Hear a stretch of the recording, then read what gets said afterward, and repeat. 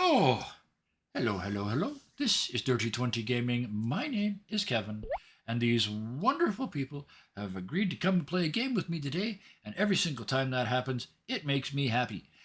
So, let's meet the people that make me happy. Let's start with our Wednesday GM, every second Wednesday GM. I wish it was more.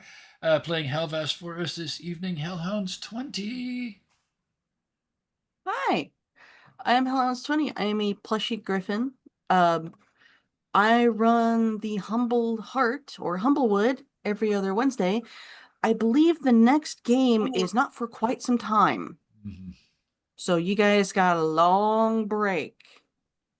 Much Yeah. sad. Otherwise, I am here Monday mornings, like today, playing as Halvast the Tourist. And Tuesdays, I am the producer for Rise of the Temple. That's it. That's it. To make it sound like you do Oh, I something. am also going to be running a tabletop one shot on 4th of July Yeah. during a 24-hour stream. So I am going to be working hard. Every year, Ugh. and it's for a wondrous cause, and you're a great person. Thank you. Uh, let's move on to Bison underscore Stonefist. See That's if he's me. got his Hello. list ready. I never have a list ready. I freaking fly off the cuff on this shit, which is why it's always so messed up. I am Bison underscore Stonefist. I'm a regular on this channel, which means I've got far too many posts in the Discord.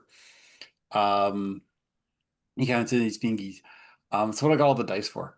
I am here 3.5 nights a week. Today I am playing Bophades Caridia, our humbled servant of Hephaestus, and very easy nut to crack. Um, On Wednesdays for the Humbled Heart, I play Jasper Robson, the resident adult. Um, Not really. Uh, but he's the one who has to herd a crow, a pigeon, a chicken, and a skunk. Sorry, not a crow, a magpie. Mhm. Got to make the Yes, the yes. which is just a crow with like frat friends. Yeah, a giggly crow. That's really the best way to put him.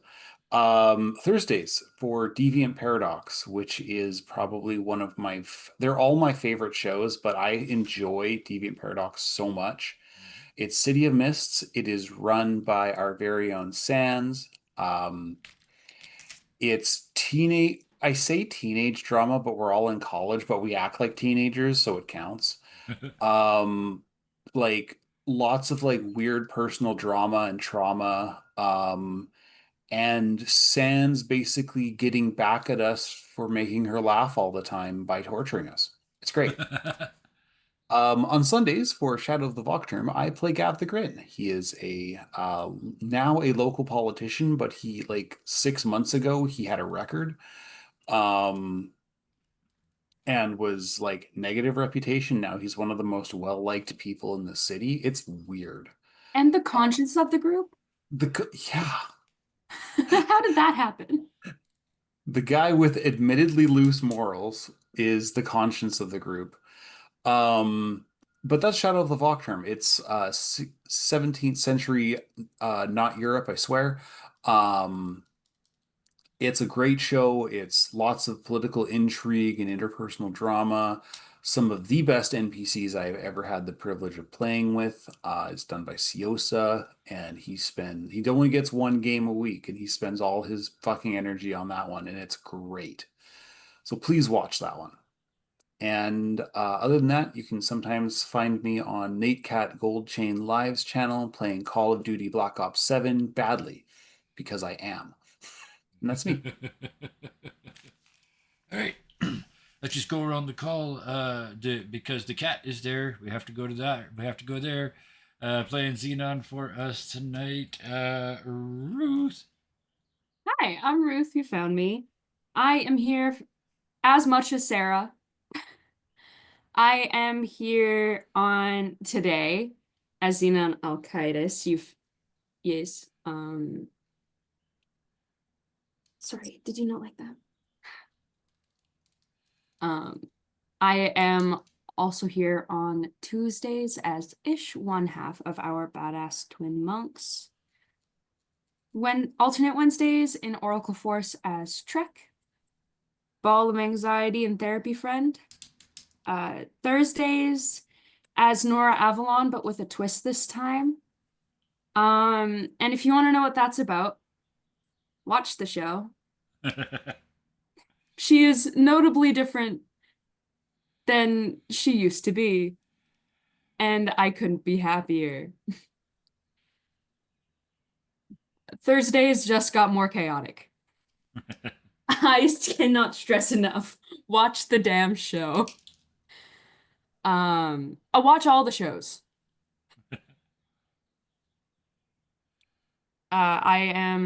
This is what happens when I don't have my notes. Yes, at least somebody didn't. And I am also here.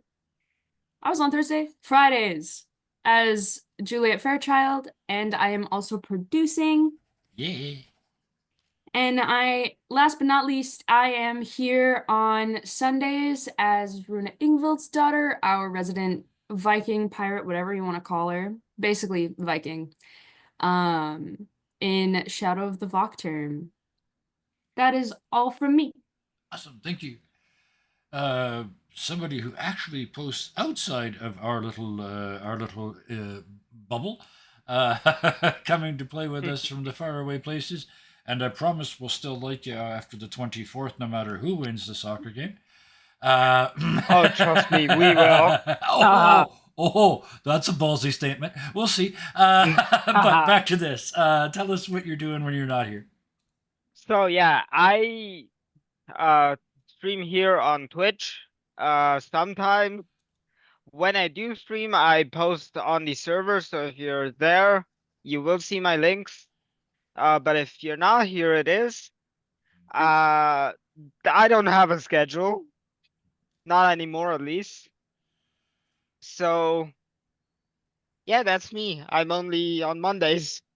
Okay, cool. And you do your own stuff, which is also very cool. And I saved you for last. Some people may not even know you were here because we didn't have visual evidence for or against, but we know you're here. So playing Phoebe for us this evening, Rose. Welcome to the game tonight. Hey, I'm being super mysterious and anonymous. Excellent. That fits with your character. So yes. All right. So which brings us to me. I'm not going to do the thing. 6 nights a week at the moment, maybe 7 coming up. Stay tuned. I have a plan that I haven't told anybody about. But anyway, probably fairly soon, within a month or so, we'll be doing 7 streams, 7 nights a week. Stay tuned. But first, this episode.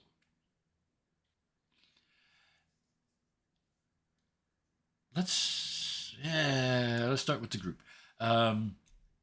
Bophides, Helvas, Xenon, Orthos, and Hope.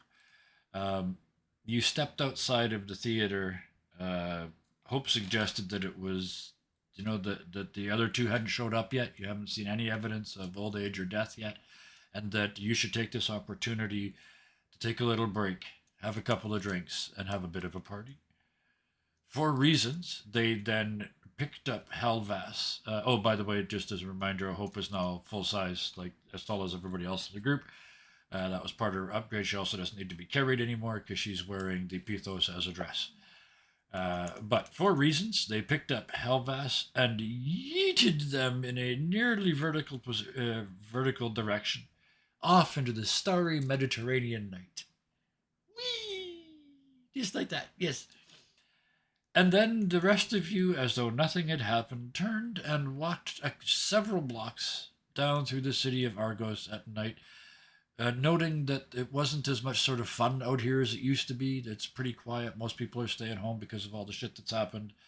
But just as you get to a local drinking establishment and start to take your seats, from on high you hear whee, and Helvas plummets sideways back into the screen and hammers into the chair beside you, shattering it on the floor before sitting upright and joining the rest of you. As per usual, sliding across the floor. Yeah. Yeah. A meteoric entrance. Xenon places the familiar back on top of Halvas's head along with the hat. Yeah. Pofidis Thank you pulls very up an much. Pofidis casts You're mending welcome. on the chair. Of course he does. Orthos just looks Havas and is like, ah, hey, you're here. Yep. Just completely casually, like it's normal. Well, yeah. We knew she would end up at the bar. As you order the first round, you hear in the distance a deep rumbling. It's nothing magical, it's just thunder. But by the second or third drink, it's almost constant. And it's getting closer and it's getting louder and it's getting more strikes per minute now. And even in the dark, even only by starlight, because there's almost no moon tonight, you can see the stars on the horizon start to get blotted out by the clouds as they're moving in, and they're lit by the lightning flashes so much so that you can see the clouds are doing that bubbling, boiling thing. Like they're getting ready to turn into a hurricane or a tornado or something. And I need an Arcana check from everybody that's sitting at this table. I thought you were Zeus. gonna say a con check. Arcana. No, that's Wednesdays. That's Barry. Yeah. Well, I just thought I 'cause roll me to drinking. con. Zeus seems angry Uh, tonight. Let me Natural just 20 get my Okay, that'll do it. 17. 17. for a total of 22. 24 total. Jesus. Oh. Halves? 18 total. Wow. Yeah, I have a +6. Keeps. that makes sense though. It doesn't take you very long to figure out that that's not natural. It's moving against the wind. It's coming from the wrong direction. It's rolling out of the great hinterland to the north, which remember in Greek times is a whole bunch of nothing full of Huns. And it's coming from that direction, and it's just this huge, unnatural, evil storm moving towards the city. It's not coming fast, but it's coming inexorably. Orthos just sighed and was like, oh, already? Can we even get a night's break to party? Bo seems kind of contemplative. Zeus isn't exactly his forte, but the gods are the gods. And when lightning rumbles, Zeus is angry about something. Yeah. So he thinks he's going to actually head to the Temple of Zeus tomorrow morning and ask some questions. But tonight we drink. Tonight we Hope- drink. Tonight we Yeah. drink. Yes, and Hope's like, you guys are learning. And she looks over the game. She says, yeah, that's not going to be here for at least a couple of days. Right now, I think it's just ominous foreshadowing. Learning what? To let Xenon didn't get a loose. party with Hope. Xenon doesn't know what the lesson is. Xenon went working. Yes, that's right. Yeah. So that yeah, she looks at you and says, "Do you know why the gods gave you two hands?" That Xenon in particular. It's so you could hold two drinks. And she hands you another glass of wine. He salutes as both cups. Yeah. Just drinks them. Yeah. Are these hands also for two more? Those hands could be for a lot of things. And then hands you two more glasses of wine. Yeah. And yeah, Ayo. yeah, Halvas, you're the only one that didn't specifically say party on. So yeah. From like everyone's like all cheering, then you hear click, click. As Helvest is taking pictures of the storm. It's like, huh, neat. Click. Want a better angle? Xenon holds Halvas up after drinking two more glasses of wine. The wobbly tripod known as Xenon. Flashbacks So to the how- Titanic. Like She's you're a rocking flash, so bad. you're a Yeah, phone most- flashlight in a concert, a lighter in a concert. I was going to say the next couple of Halvas's pictures are slightly tilted in various directions. They're all smudged and smeared. Yeah. All right. So the rest of you guys have as many drinks as you wish, and have a good time and hang out amongst yourselves, and then eventually make your way back to. You guys have been staying at Hephaestus' temple for the most part, right? Yeah. Okay. Yeah. So Closer. for that evening, at least, you all head for Hephaestus' temple and a rest. I do not think my legs could walk back up that hill. I Not think tonight. Xenon is like trying to help Bo walk. Yeah. Oh, they're supporting each other. Yeah. Yes, Mhm. that is Or- exactly what I was gonna say. They're like leaning Orthos on also each kind other. of tipsy. Need me Chris to hold you Bros. guys? No, we got it. I think I should be able to carry you. That's good. We got each other. Alright. How Orthos does kind a of stuffed animal stumbles. get drunk? That's a good question. I know how teddy bears get drunk in one particular. I can't remember the author, but the sentient teddy bear in that game gets drunk just by soaking up alcohol. The problem is if they sit for any length of time, the alcohol starts to settle, and they don't get drunk anymore. So if they want to stay drunk, they have to have somebody turn them over and put them on their head. So that the Xenon is alcohol... also carrying Halvas upside down.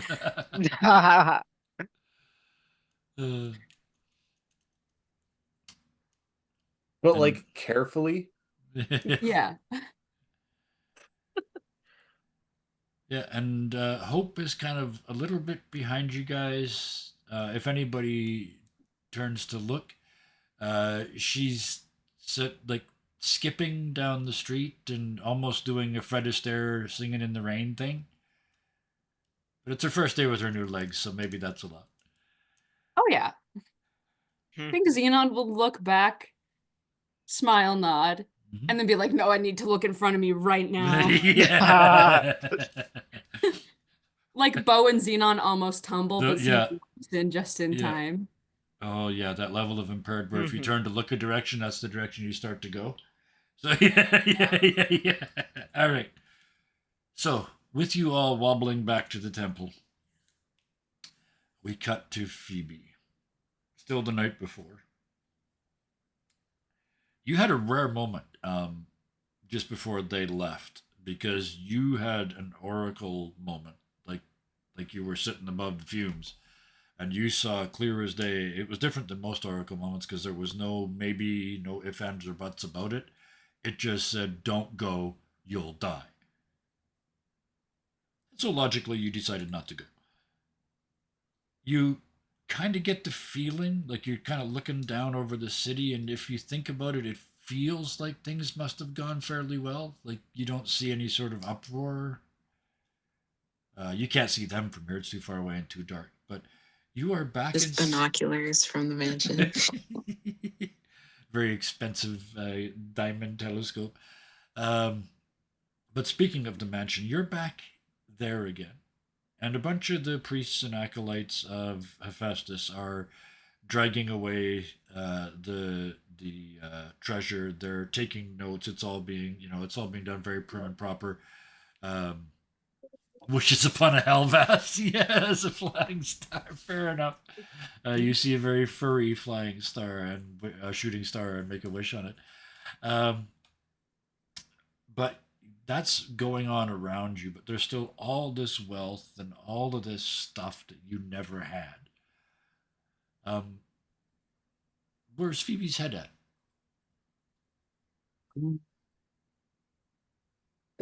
Phoebe is a traveling oracle who is mostly homeless right now.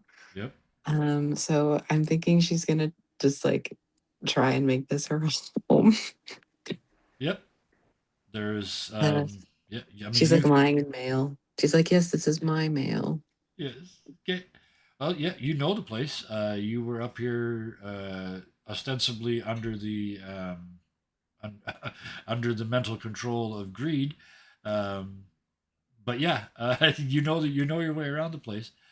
You are, you just had that big fight with everybody, everybody went through, and you're here all by yourself. They're hauling treasures out of the other rooms. Is there anything you want to do before you go to bed? There's a whole kitchen full of really incredible food that you were eating only a couple hours over, just over there, and The Hephaestus people are in the other room. they're pretty much everywhere. Okay. There's dozens of them.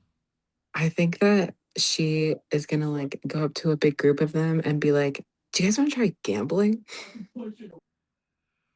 Oh, oh, oh, oh. Oh, Deez isn't here right now. Oh, this is. Watch this. Mr. Boss Man is doing something else. Five He's not failed. watching. They failed miserably. A couple of the younger ones are. Um, One of them grins and says, I found a poker set that's got like platinum, gold, silver, and pieces instead of just chips. You want to do that?" And another one says, "Both of these is gonna kill us." And a third one, like the other three or four of them, their heads all do the slow turn on the guy that said that. They all say together like it's in unison, like the fucking chipmunks on a Christmas album. "Both of these is never going to know."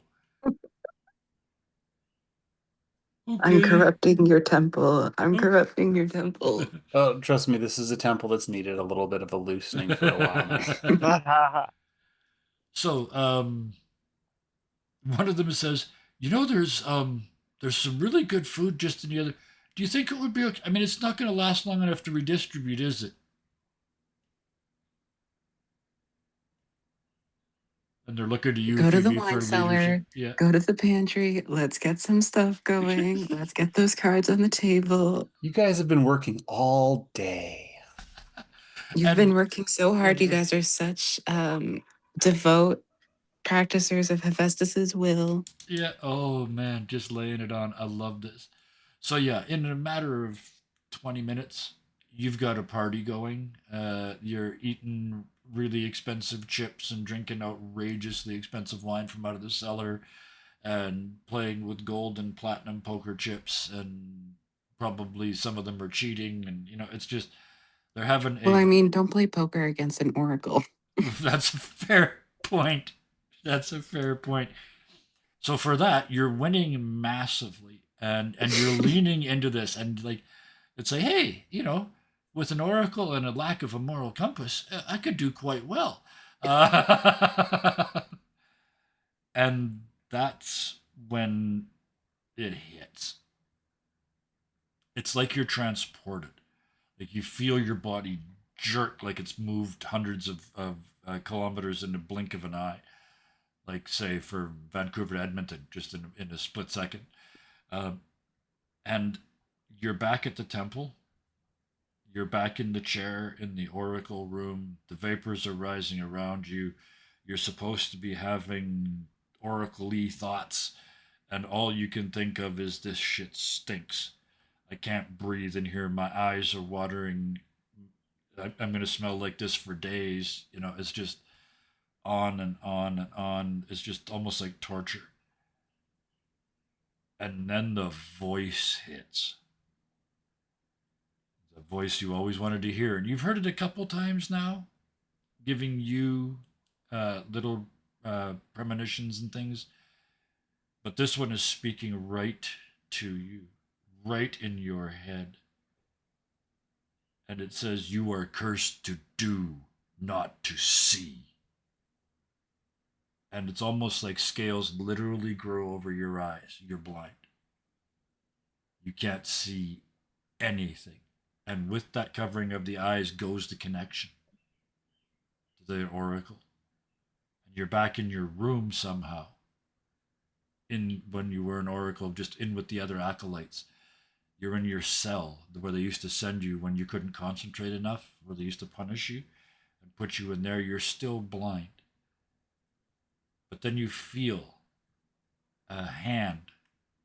There shouldn't be anybody in here. There isn't anybody in here. That doesn't happen. That's not how it happens in cells. Besides, it's not big enough. It's just big enough for you to be crouched in here. But there's a hand on your shoulder. And once again, the oracle's voice says, One cannot see the future if one is destined to change it.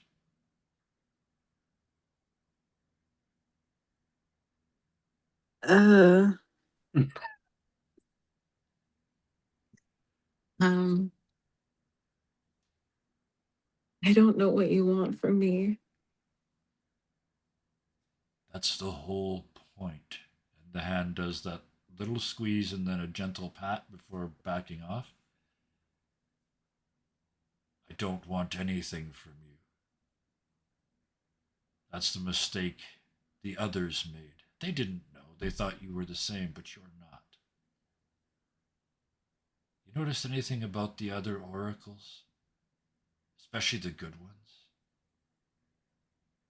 And you can feel the presence lean in. Like there's nobody in there with you, but you can feel the presence lean closer. They're all boring. They never go anywhere. They never do anything. They sit in their rooms. They predict the future. They pick flowers. They sit in the sun. They're not changing anything. You can't say that about yourself.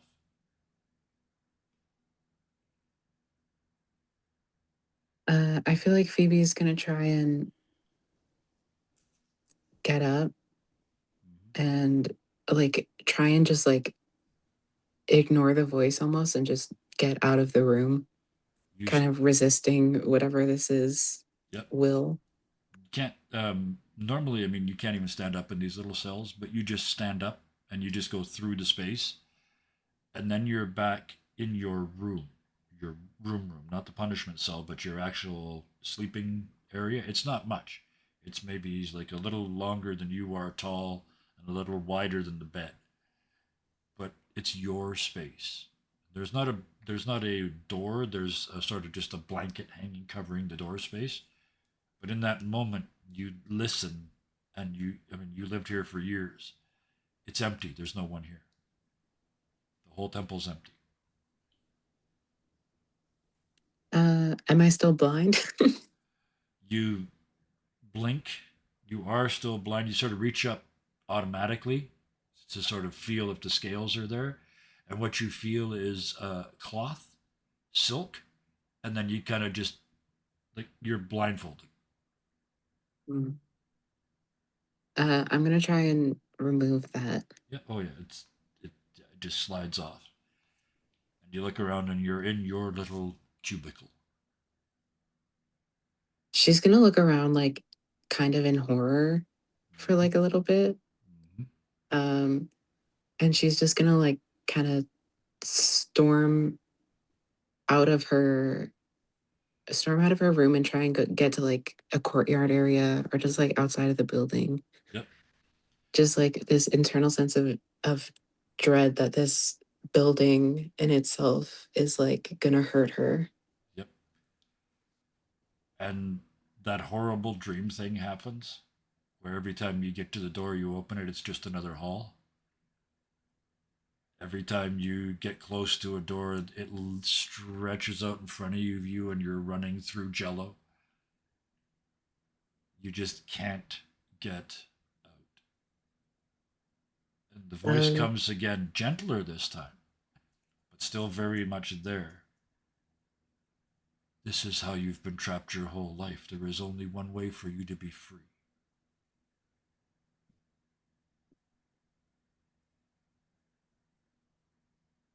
what do you mean?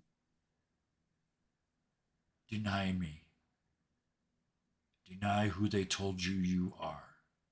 You are not an oracle. You are a doer, not a seer.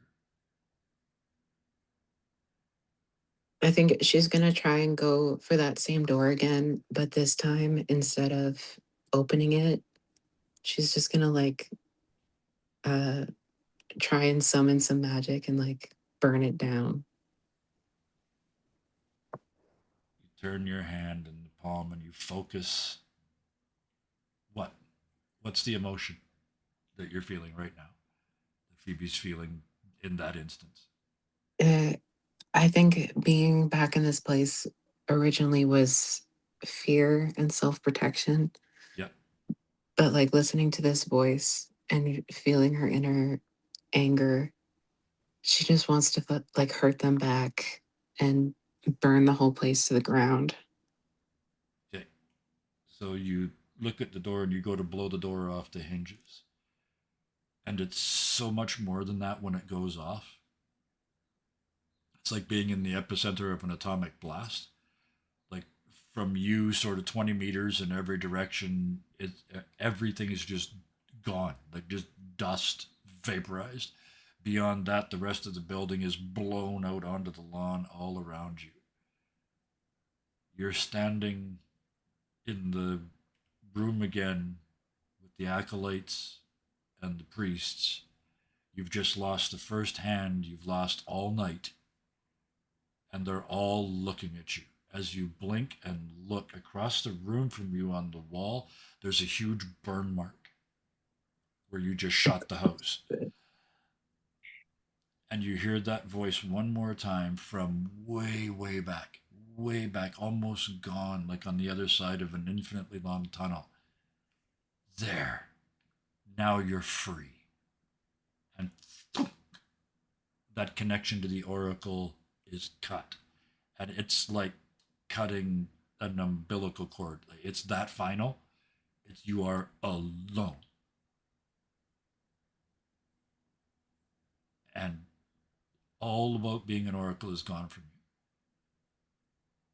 The expectations, the rituals, you see now that they were wrong. They were never going to work. You were cursed to fail. Because, like the voice said, you are here to make history, not to predict it.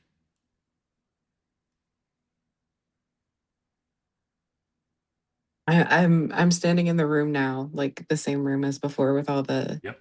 the Hephaestus people. Yep.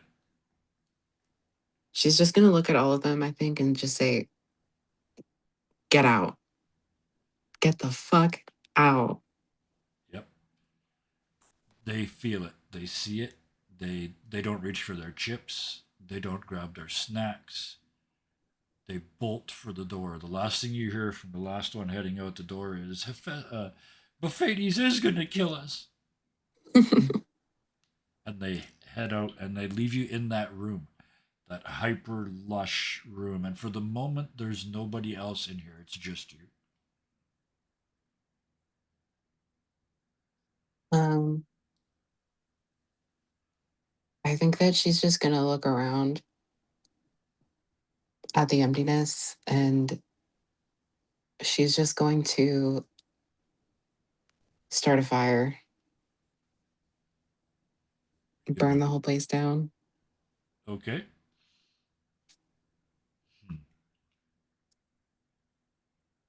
I don't know what All material those this is days made out putting of, out but different fires. Yeah. Just to yeah, you can absolutely let it on fire. I want the Hephaestus people to get the stuff out first, though. oh yeah, If that's fair. because it's like they're returning it to the people that was stolen from.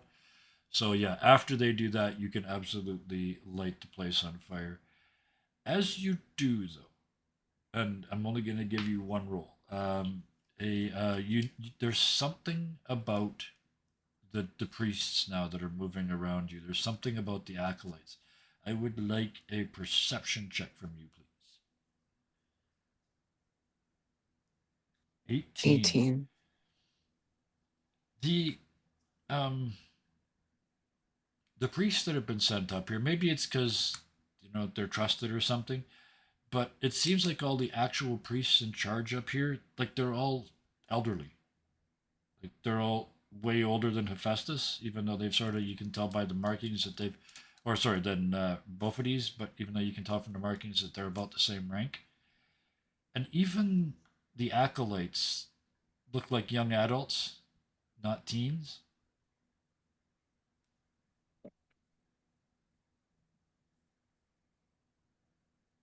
And then, as you start to burn the place up, the heat from the fire starts to spin some of the papers and whatnot that were in here around in the room like little fire tornadoes. And one of them kind of slaps on the table in front of you, still burning slightly, but you look down and you can see it. It caught your eye because it's on sort of a pink paper, which is weird for this time and place, but there it is, and it's an ad there for a bathhouse in the middle of the city, and it says, "Feeling old? Come to Steamy Encounters Bathhouse. Ask for special rates." And then it burns up. But some distant part of your brain that used to be an oracle up until seconds ago registers that that wasn't an accident. You were supposed to see that. Interesting. Interesting. And we'll drop you there. The next morning. Actually, except for Phoebe, do you eventually, after you burn this place down, go to bed for the night? I think for tonight she's just gonna kind of wander. Okay, that's fair. All right. Okay, so you head off into the evening. The rest of you, the next morning. Let's start with both of these. You're up early. You're always up early, right? I mean, it doesn't matter you're out drinking or not. You're up early, right? Yep. Sir Beauforties of the rules is on the job, right? You probably helped clean up at the bar last night, right? A little slow getting out of bed. Yeah. And then yeah, doesn't put his armor on. No. Just a piece of paper slides under the door, and all you can see from where you are is its unofficial letterhead. And by the way, that shouldn't happen. That should have been an acolyte. They should have knocked. They should have presented it to you and made sure that you took it into your hand. He makes his way over to the door. Realize he doesn't have the energy just yet to bend over. Mm-hmm. So he grabs a pair of blacksmith tongs, picks up the paper. Yeah. It's temple. It's the temple letterhead. It's official. It's written in the slightly shaky hand of your boss, and it is essentially a work order. And in it states that Beauforties Caridia, respected priest of Hephaestus, is henceforth in charge of temple morale. Signed, the boss. There's something about the flourish of the signature of the boss that makes you think maybe he was laughing a little bit when he signed it.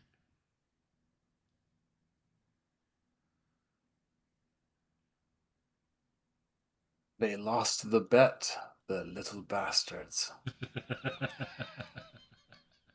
Ugh. He puts it down on his desk, and instead of getting into his regular priestly robes, he puts on a old faded tunica. Just it's been cleaned many times, but it's got those kind of soot stains that just don't come out. Mm-hmm. It was once white. It's now more of a slate gray. Mm-hmm.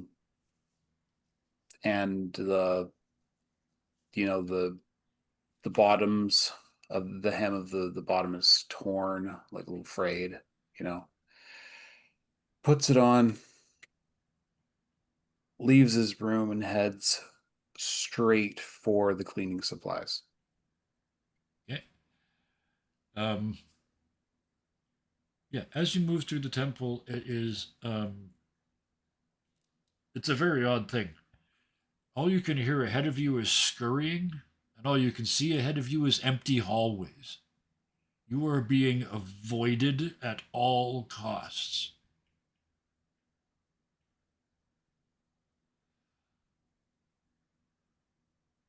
He's going to make a game of it, Hmm.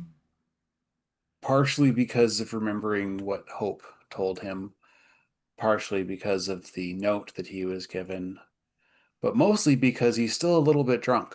Okay, yeah. So you, Um, yeah.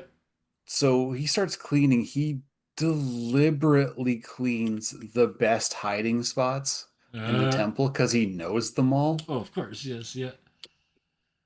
Um, and And when he knows he finds an apprentice or even another priest, he's going to get a little bit extra splashy with the mop. uh, You know, okay, they might get a little soaked. yeah. So, there's a there's a place that you've known for years where there's a crack. There's a space underneath the marble staircase where the blocks of marble. You don't use marble when you don't need to. So there's this Hmm. empty space under the stairs, right? But the only way there is a door down there that you could go and sort of go ta-da, look. But there's been a crack in the stairs for years, and as you were walking up the stairs, you heard a giggle through that crack from someone under the stairs. So do you start mopping the crack? Is that what I'm hearing? Letting the water drip down in there? Um, You pour cold water down the crack. That'll get their attention. That doesn't work. A little bit of he snow. he is going to stay where he is, like just absolutely quiet, with his hand in the bucket, Uh-huh. and then he is going to cast thaumaturgy to manifest the phantom sound of him walking away. Okay. And just when it starts to sound like they're relaxing a little, Yeah. he pulls the wet rag out of the bucket and just squeezes into that crack.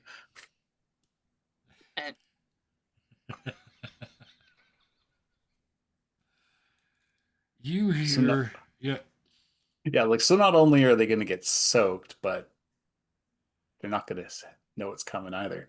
you hear a thunderously loud booming voice that can only possibly belong to one person. Only the chief priest of Hephaestus can yell like that. And the first word out is a violent swear word. Just just a screaming, a howling fuck. And then there's a little bit of I'll kill this son of a bitch, and then he tries to open the door once, misses twice, misses the third time, he throws it open, turns around, spins up, and looks at you holding the squeezed out rag. And before you can respond in any way, he starts to go red. And then one hand comes up, and then it goes down to his I missed a knee, spot. and he bends over and literally hands on his knees, laughing out loud. He looks up at you, water dripping down from his mitre, and it's all over his nice robes that he was playing in. And he says, I'm claiming seniority on this one. And he comes around and walks up the stairs and reaches into your bucket and pulls out another rag and looks at you right in the eyes and just holds it above your head and squeezes it. Just as he does, I throw my rag up at his face. And that's when you hear the laughter. And you turn and look, and there's a whole bunch of acolyte faces poking out around doors and from behind things that you knew they were hiding behind. And the head of your church reaches over and pats you on the shoulder, splash, splash, splash, splash. And he turns you with that big, meaty, powerful hand that like even you can't resist. He's a forge priest and has been for Mhm. decades, right? You're nothing. He turns you towards them and says, Students of Hephaestus, it cannot be said that our god lacks a sense of humor. But it can be said that some of our priests, and he turns to look at you, and turns to look back at them, has forgotten the important part of life. It's always okay to have a bit of fun. And he reaches out and just pushes you off the stairs. Like, it's only, a 6-foot fall. You're not going to take any damage, but he just pushes you over the railing. Are you going to attempt to resist at all? No, because I don't think Bo would have seen it coming. And yeah, he hits the ground and he skids because Yeah. he's soaked. Yeah. And it's soapy water. Mm-hmm. And then your boss reaches over and flips your mop bucket so that the water runs down the stairs. He looks over the railing at you and he says, "You missed a bit." And then turns around and splashes in a completely undignified manner, but trying very hard, splashes his way back to his office. Zoom took away the entire sound effects that you just did, but yes. And then I can fix that. Yeah. and then there we go. And then at the end of that, Whoops. you hear that deep rumbling boom of the thunderstorm. You look out the window and you can see it. It's edging close. Like, it's unnatural in its slowness. It's now just out there fucking looming. Like, it's just right there. And you can see shapes inside it. Almost like dragons or things like that. Like, something's in there moving. And then I had better get this cleaned up. Still need to talk to the priests, clerics of Zeus. and you turn around and stuck to the wall behind you with a bit of gum, like gum arabic, something sticky. It's just like there's a piece of paper, very clearly not official letterhead, because it's actually an ad, like a paper, like they used to do door hangers. Right? It's one of those. It's an unsolicited ad. Paper spam for the young people. Mm-hmm. That it's for the Northern Grotto, which is one of the two main grottos in the city. It's not the one that Disease tried to get to, where you guys fought. It's the other main one. And across the top of it, someone has hurriedly scratched, "Thought a weekend away might help. Ha ha ha."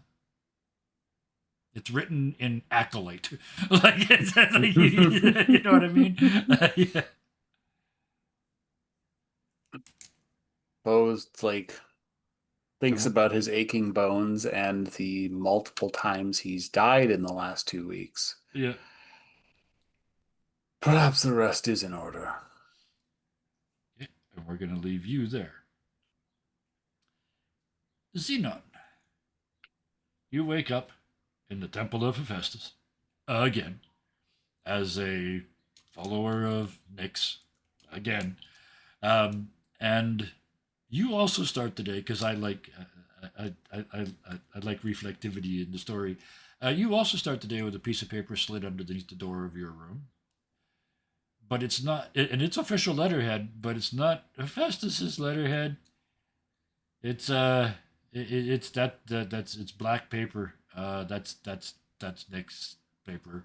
It's expensive ass paper, geez. Yeah. Is it black paper Yes. with white writing? The writing is silver. Oh, ooh. And it looks like it might actually be silver. Like somehow they liquefied filter in a ballpoint pen 2,000 years before either one of those things actually happened. But I feel like Xenon was sleeping face down on his bed. Yeah. Like, he helped Bo get to bed, Yeah. and he doesn't remember that much after that. He doesn't Fair. know how he got to his own bed. Yep. He's just asleep face down, like, head moves to look under the door, Yeah. sees the black paper and goes, "It might be my time." And I'm just gonna have to be okay with that. Mhm. And then he will, like, walk to the door and pick it up. Mm-hmm. Okay, so yeah, you pick it up, open it up, and it's only got 3 words on it. It just says temple duties await. Yeah. I'm saying that on live. He's gonna make sure his outfit is in order Mm-hmm. and head to the temple. Yeah. As you move out into the city, you see the storm still there, still looming. It's just getting nastier and nastier. But again, you notice it's coming in so slow, just like so slow. It's not going to be here for at least another day. Was it temple duties await, period? Yes. Yeah. Yeah. Yeah, just very like you're So gonna get here now. so you get to the temple of Nyx, and it's morning. So the everything's flipped, right? So the day shift is coming on, but that's like the night shift in most places, right? So your temple's more or less shutting down as you get there in the morning. The acolytes that are out on the steps see you coming, kind of do a double or triple take, and then just find somewhere else to be. They just take their brooms halfway down. You know, they were sweeping halfway down the steps. They just go around the side of the building, just blatantly hiding. Yeah.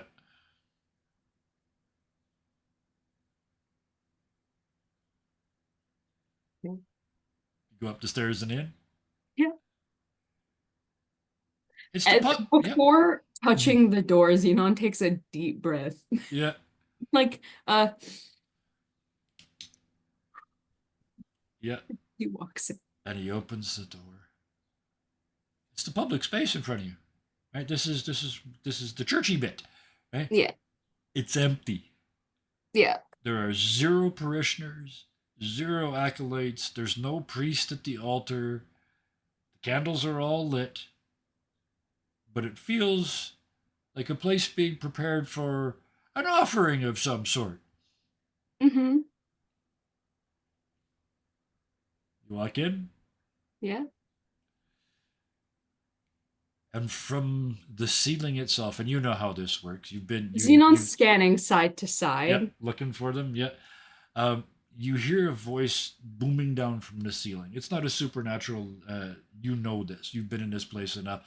It's a trick. There's a place that you stand upstairs and you talk into the cone, and it sort of goes through the roof and comes down and sounds sort of yeah.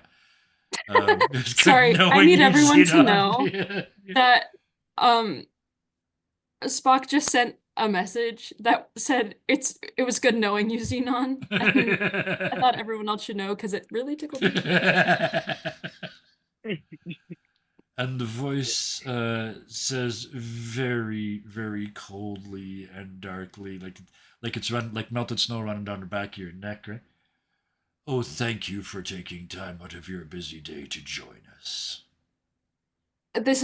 He knows the voice, like this is the head priest. Yep. In full officiant mode, like it's not going to be, hi, Xenon. This is like by your title, the whole thing. He slowly looks up. And you hear a deep, long sigh. But backed up by the thunder outside, it's just like extra ominous. Mhm. And then you hear the click of someone closing the little door that you yell into to make it come down. Um, that you hear them close that door, and then it's so quiet in here, you can hear them coming down the stairs, like 3 rooms away. You can hear them coming all the way down the stairs. I really am interested to know what this temple looks like too. Like, is it like black stone? Oh yeah, it's all black marble veined with silver, gold, and white.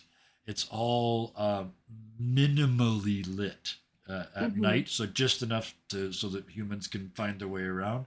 But because All of the so clerics here therefore, have no problem seeing. oh yeah, exactly. Yeah, they're used to it. No The sleeping quarters windows. is probably pitch black. Yeah, exactly. Yeah, no sleep, no windows. So daytime now, they've put out all the torches. It is blacker in here than it ever gets. Mhm. So this is the deepest, darkest moment of the day. And then way down at the end, you hear a door open and close. And then closer to you, another door opens and closes. And then you hear the click of the secret door that they use to sneak in and off the stage. And out behind the altar magically appears, you know how it works, it's a sliding door thingy, but he's doing the full trick, the head of your order. They step forward and look down as, we presume you have learned many valuable things on your journey. I have. Come up here. And it is not your place to be up behind the altar. He kind of just. All right. He walks up. And Kind he of like, I'm not supposed to be up here. Why am I up here? Why am I up here? and he looks at you and says, "Put your hands on the altar." And it's like one. It's the altar is flat on top, and then it's got what looks like two scrolls on the side. And you realize now, every time you've ever seen anybody speaking from up here, their hands, they hold on to that while they speak, and sort of use it to hold themselves still and strong. And they only reach to turn the pages, right? Mhm. So he's telling you to put your hands on the altar. You will.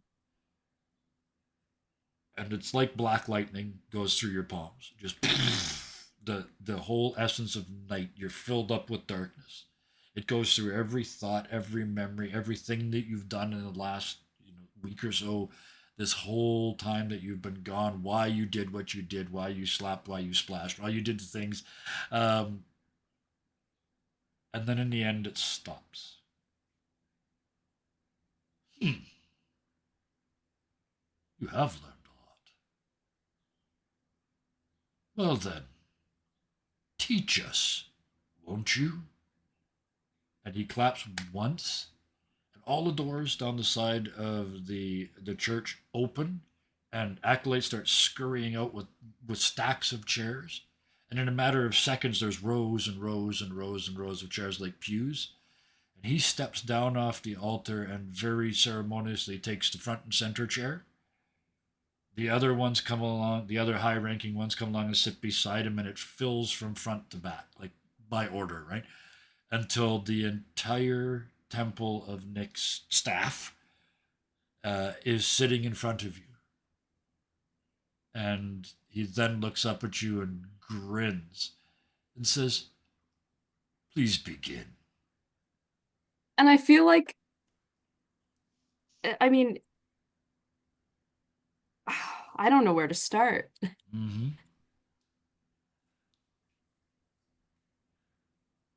Um,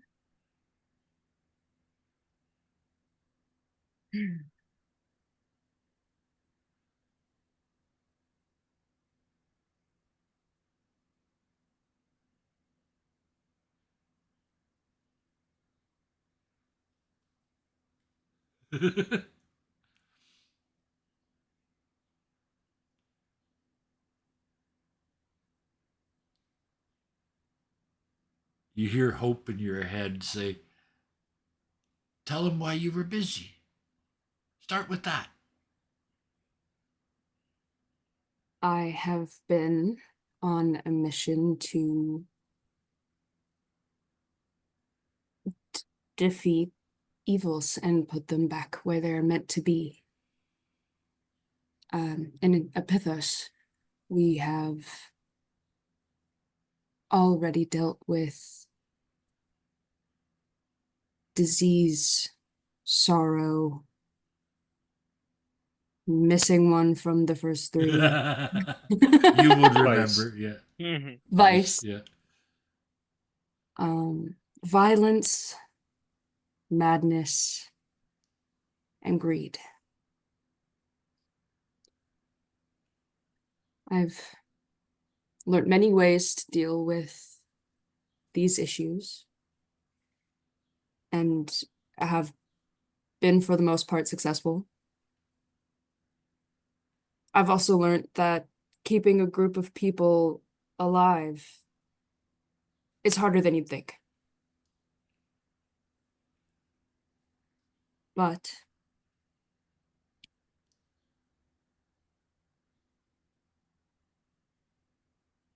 rewind. And on that note, The last two we are to deal with are old age and dying, which are likely to be the hardest yet.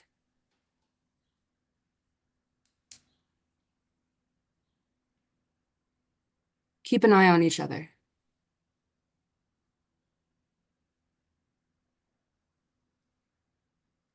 Your venerable, ancient high priest sitting in the front looks up at you and nods ever so slightly.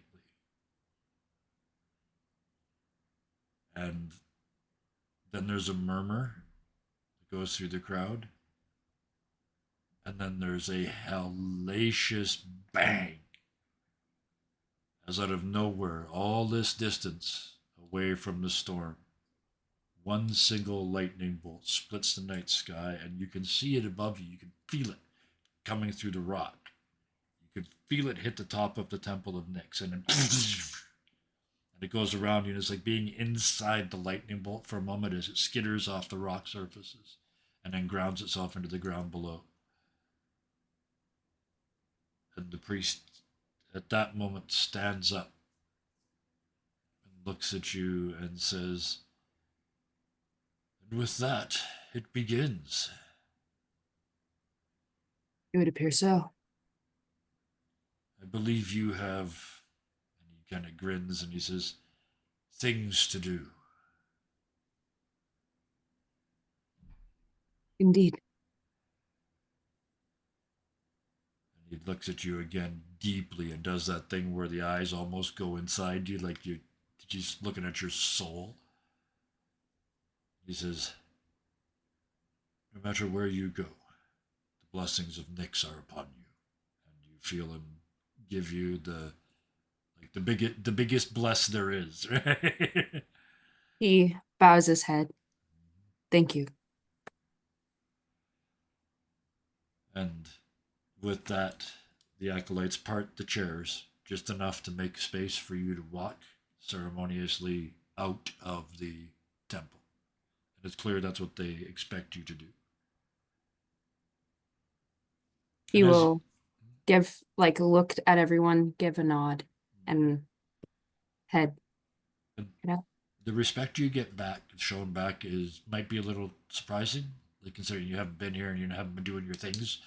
But yeah, it is clear that they understand that you are chosen in some way and doing something important, and they're okay with your not doing your business at the temple. And he is aware that he hasn't been doing his temple duties. Yeah. Oh yeah. And as you step outside, you see across from you somebody putting a poster up on the wall. The business poster. It happens from time to time. This doesn't get done a lot around here, but this one is like bright pink and yellow, and it says on the top. It says, "No one says aging has to suck. Cups and cakes can do it with a bit of fun." It's the name of a company. Hmm. If you go closer and read the sign, it's an offer for cupping. When they put the cups on your back and heat them up, and then after a session of that, you get fed a piece of healthy cake, and it's supposed to help you feel younger.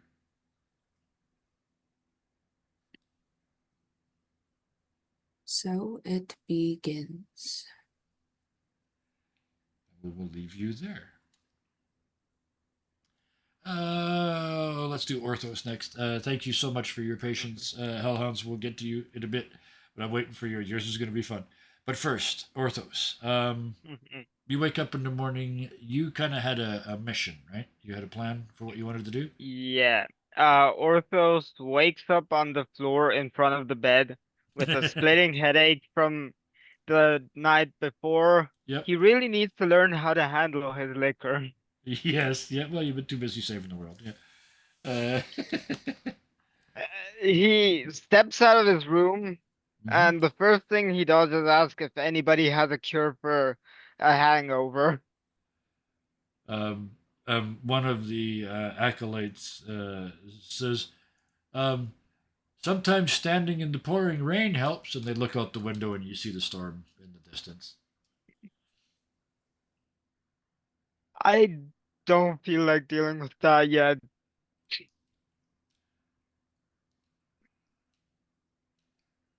And Uh, yeah, sorry. no, that's You're it. gone. No, I was just gonna say. So after sort of a morning, a glass of juice or whatever it is you try to do, you try a couple of the local remedies. Nothing works. You're still hungover as hell. Uh, but yeah, what is your plan for the day?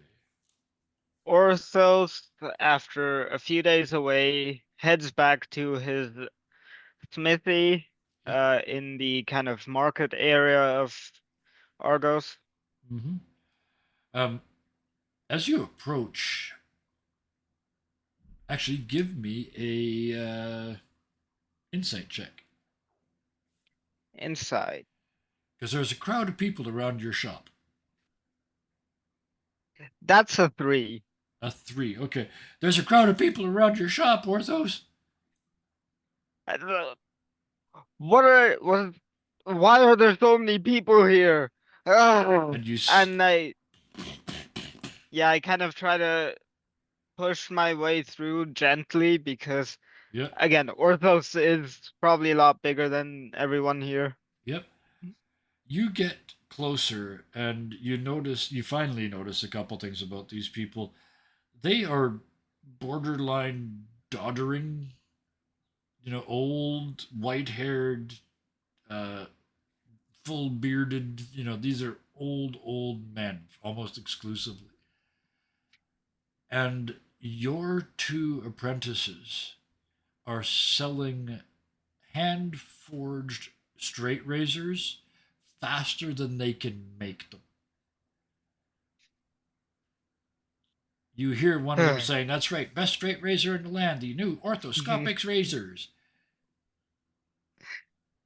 Orthos probably finally gets through the crowd. He sees them and is like, "Ah, I see you've got the forge cleaned up again and you're doing business quite well." It's spotless. The forge is spotless. The ingots are all lined up. It looks like you were working today. There's hardly even any hammer scale on the ground. But they have found this completely new market. And so instead of making farm tools and all that stuff, they are specifically making high quality, uh, almost almost craftsman level straight razors of all things. I mean, Orthos understands. I mean, he looks around, there's a bunch of old guys with probably pretty long beards, and he understands that it was a smart business decision. Yep. And then your oldest apprentice, the one that really took it to heart last time when you told them off, comes up to you out of the back, and he's got the little sort of businessman's cap on now, and he's got pages and pages of documents in his hand. And to be honest, he looks 10 years older than he used to look, like 2 days ago. But he has clearly taken over the businessy part of the business. And he looks up and she, oh, good, you're here, sir. What we were thinking. Ooh, we lost somebody. Oh, We lost Rose. Rose. Yeah. Oh, I'm betting their phone shut off. Not be in touch with. But that we'll presume that they're coming back. Anyway, Orthos. You like I said, he looks 10 years older than he did 2 days ago, and he says, "Oh, sir, I'm so glad you're back. With the storm coming, I've been doing some calculations," and he tries to look through his. Never mind. It's not important. Um, you know those hose things you made when we were putting out the fires, sir? yeah. I'm wondering if we could scale those up and maybe turn them into some sort of pump, because I think there's going to be flooding. I've got some drawings here, and it's literally back of a napkin drawings. Yeah. Orthos takes a look at it and is like, "That's a very good idea. Well done." It's based on your idea, but it has been you would have to admit it's a little bit better. They made some smart choices along the way that maybe you wouldn't have seen. Orthos kind of just put it together in the heat of the moment. He wasn't planning for efficiency. Mm-hmm. But he does say, yeah, that this is Very well done. Done the way it's supposed to be done, sir. Oh, That's good.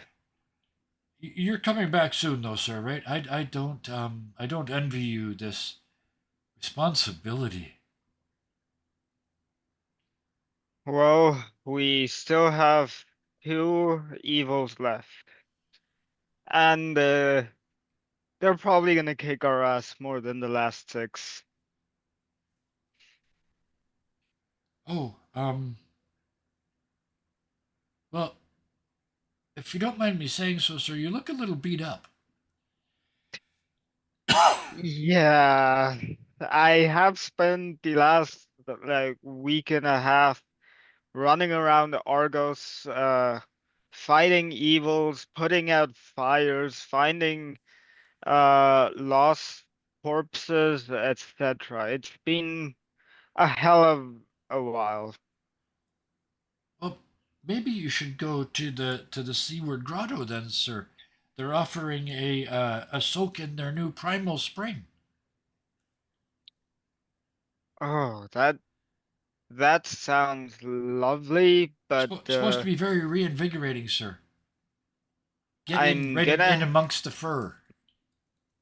I'm gonna have to check in with the others and also see if the other evils don't show themselves before I get to take this break. Please, I think one of them has already. He and yeah, I mean Orthos kind of looks around and says, but I think one of them has already. Hmm? And that is where we will cut away from you. Helvas. And I'm not changing the cameras yet because I am convinced that we're going to get Rose back in a moment. We can hope. As I speak. Yep, there Look she at is. that. Let me just. We didn't even have to say her name 3 times. Just twice and think it once. Yeah. So I just need to move a camera, boop, like that.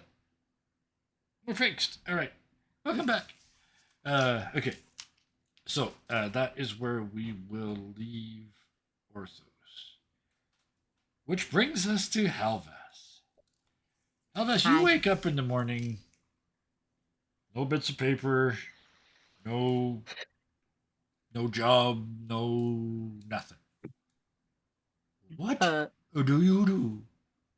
well, Halvas still sleeps in that vase they Yep. bought in like the first session. Yep. And whenever a acolyte of Hephaestus walks by, they hear gurgling and bubbling coming from it. There's even a little bit of soap around the base of the vase because someone mistook it for a bucket. Yep. So Okay. there's also like smears of like tentacle marks along the Yeah. edges, like, get that out of here. Get out of here.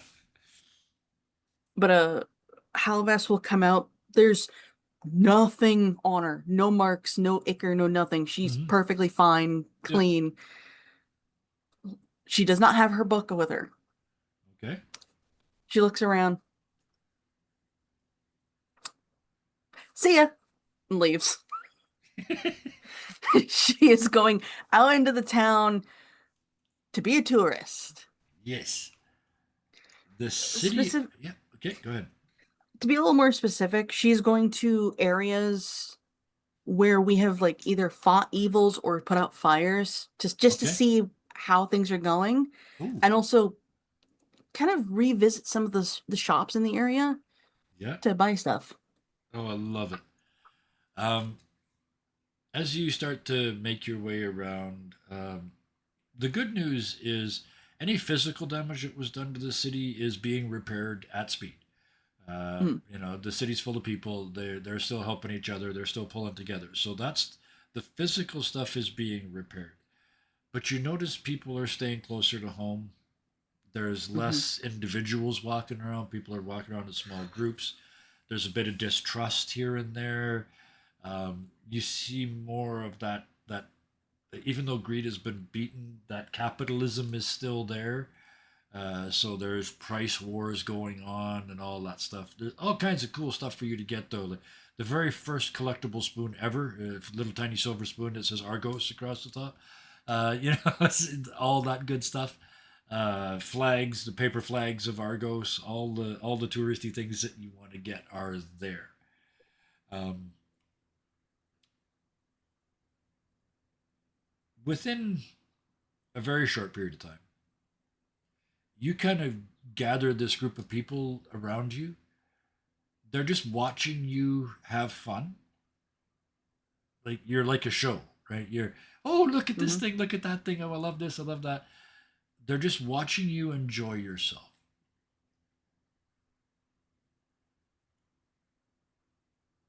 Palvaz doesn't mind. Yeah. You're taking pictures and all kinds of good stuff. This is the city of Argos, right? You could do anything here. There's bathhouses, there's all sorts of things. As you get to the middle of the town, there's that track, right? That you guys had one of the experiences with disease at. And That epic well cleaning that we did. yes, exactly. And you see on that track a lot of young athletes running up and down and doing the athlete things, throwing javelins and discuses and all that good stuff. And amongst them, you see a sign that says "Health through Athletics." And when you look again, there's a lot of not so young, not so athletic people, sort of panting and puffing and running up and down the square with the young people urging them on, like those really annoying, really fit personal trainers. Yeah. These people are clearly doing it of their own free will, but they're lifting weights and learning to throw the javelin and running up and down and very much trying to be healthy.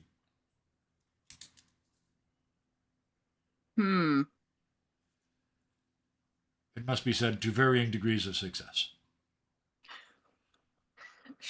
You can still hear click coming from Palvaz as she's watching this. Yeah, taking pictures all over the place. You see two wrestlers get ready to have a match in the middle of that area. It's organized, obviously. It's not a street fight. One is a minotaur. The other one is just an incredibly large human, possibly maybe partly titan. Like they're that big, and the space clears around them for this wrestle to happen. And just as they drop shoulders and engage and start that moving knot that is a proper wrestle, you notice that both of them have got a couple of gray hairs. They're a little they're not like the people running up and down trying to get fit, but they just look older than wrestlers should look. Regardless of that, the clicking intensifies when the wrestling match starts. Yeah. And eventually, after a series of near misses, the Minotaur ends up being pinned because the human ends up using his horns against him and uses them to sort of pry his head down and pin his shoulders. There's some muttering from the crowds as to whether that's acceptable or not, but he is announced the winner, and they go back to mostly rubbing oil on themselves and standing around in the sun now. The athletic-y bit's sort of over. More click. Yeah. And as you sort of look around and move through the But she is making note of all this, by the way. She's making note. Yeah, making notes about what is what. You said you kind of go back to the scenes of the crime, so to speak. You go back to the garden that was poisoned. The places where it was rebuilt are extra gorgeous now. There's some people in here that are doing some clearly magical druidy kind of work to get this stuff going. So there's these moments, these bright moments in the city. And then as you're sort of walking back, your camera, your 2 terabytes of information is full. You need to go download it to the hard drive that is your warlock patron. As you're making your way back, you see, you know what it is because you've been through all of time and space, but it's weirdly out of place here. A cardboard box sort of shimmers into existence next to a bench in the park. And you look around and it's pretty clear you're the only person that can see it. I'm definitely going to go investigate it. It's got the flaps folded together in the front, so there's only the little tiny Mhm. square, like you do the flap, flap, flap, flap, and so they're knotted Mhm. together, kind of. There's just a little tiny hole in the middle. Do you go and look inside? Yeah. And as you squint one eye and look inside, you see looking back at you an eye. Somebody inside is squinting out at you, and you hear, "Hi, Clarity Palace, best healer ever."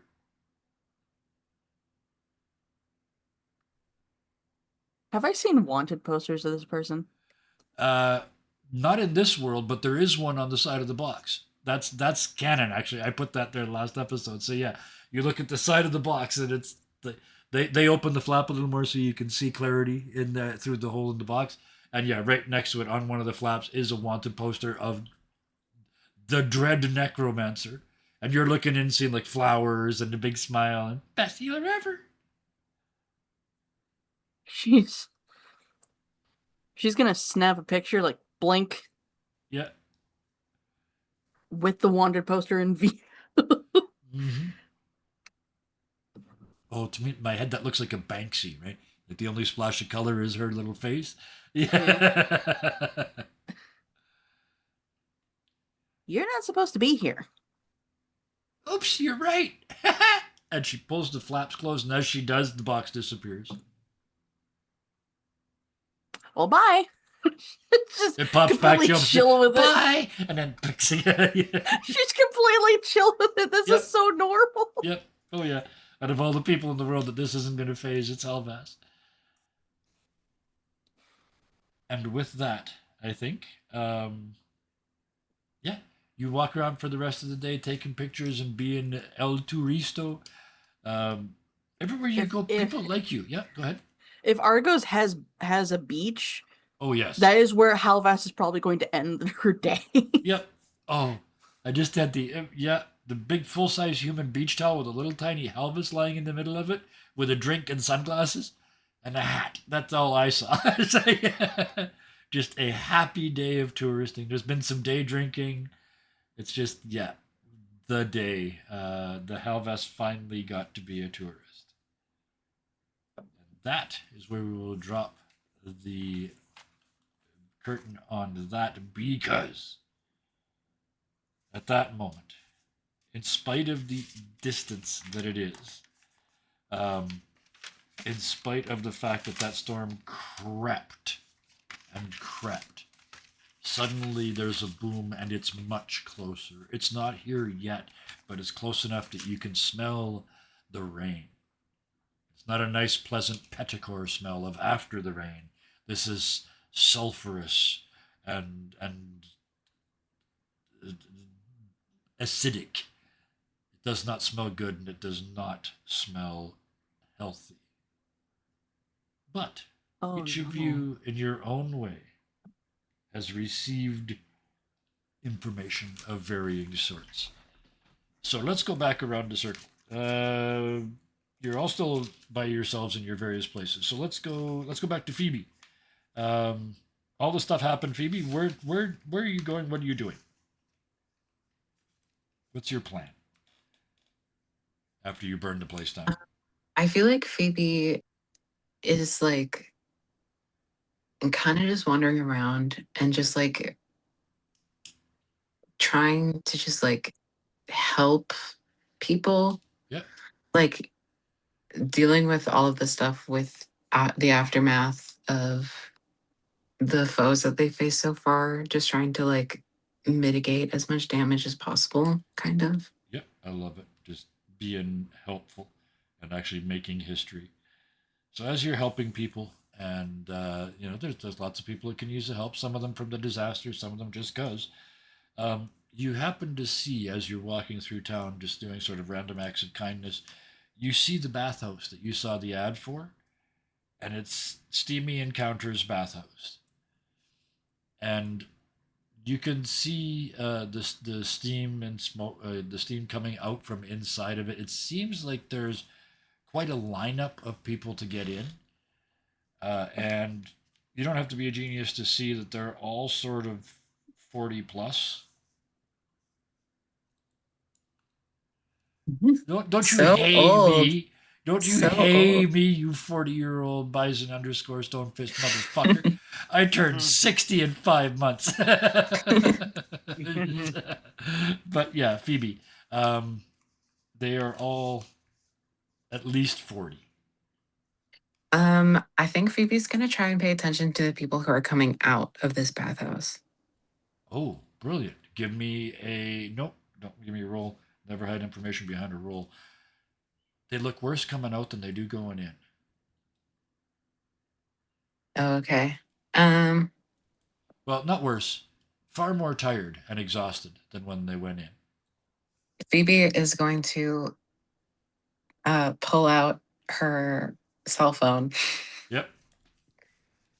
um and send message to uh I think both of these, because I'm imagining people are gonna I think Phoebe's imagining people are gonna end up back at the temple. Yep. So I feel both of these would be the best to give that information as it comes. Mhm. Um okay, I'm gonna count on my hands. Yep. Oh yeah, I'll send it in the chat.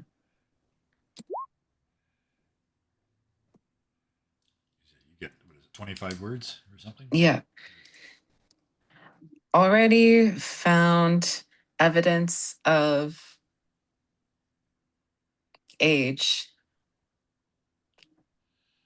Bathhouse in the middle of the city. Round up the troops. See you soon. Yep. That's I think that's 18. good. 18. You got plenty of space. Yeah. Okay. Both of these, you get that message. And you Okay. can reply. Yeah.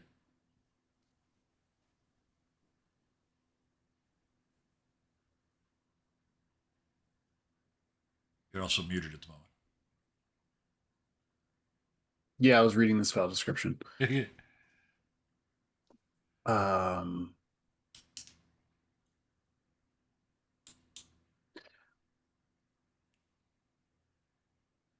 understood. Take your time. I still have a lot of cleaning to do. Okay. Just puzzled look of Phoebe. And then I think Phoebe is, oh, how am I gonna disrupt this business? Um, oh, Phoebe wants to disrupt this business really As bad. She does not want people going in there. as you're thinking about that, you've been outside long enough now to watch some of the people that you saw go in are now coming out. It's been sort of like half an hour, 40 minutes at least, and they're not coming out with the people they went in with. Like What? they're going in as couples and coming out as different couples. Oh, they're swingers? Do people just become As you get swingers in old closer, age? as you get closer, and you look, this is a swingers club. There's nothing going on here. People are showing up, trading partners, having sex, and going home looking disheveled. There's nothing evil going on here. They're just aging really bad. They're just having midlife crises. Okay, maybe Correct I'll me if let I'm them wrong. be. Oh, sorry. This is your scene. I shouldn't be clarifying shit. But I was focusing on the wording. You never said that they look any older coming out. They That's just look worse. I corrected myself, not even for worse, but tired and exhausted. Yeah, Okay, so they're just okay. I understand. yeah, yeah. They're going in, and it's literally a swingers club. So, yeah, probably not the evil. Not this is not the evil you're looking for. So as you figure that out, every single one of you, the astute amongst you may have noticed, saw or was exposed to an advertisement for a treatment of some sort at a spa of some sort. So, is anybody other than Phoebe going to investigate on their own? Helvast, you're kind of already there with the Health Through Athletics group.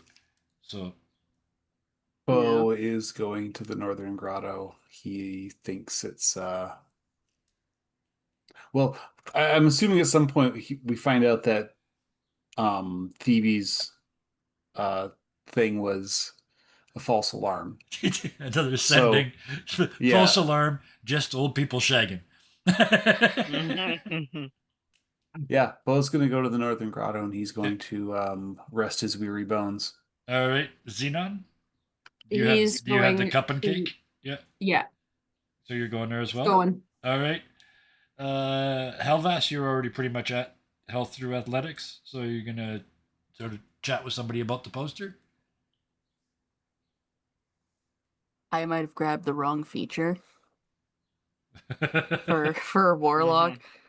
I need to double check if I am even able to get the feature where I can connect to people's minds to talk to them. I did not grab that, No, okay. but I was supposed to.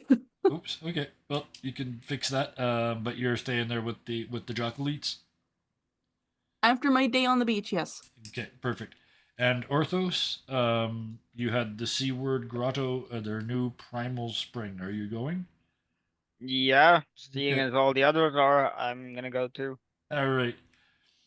So Take the bull out to stud. let's do them in reverse order. Orthos, you get to the C Word Grotto. You've already been there once, right? This is where you guys fought disease, right? Alright, yeah. You'd never know that happened.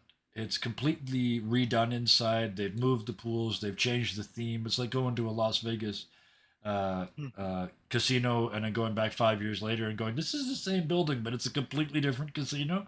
It's one of those moments, right? It's a completely different spa that you walk into. And they take you, you get inside, and the big sign is the youthful regenerative powers of our new primal spring, now available only, and it's 5 times more to soak in there than it is to soak anywhere else in here.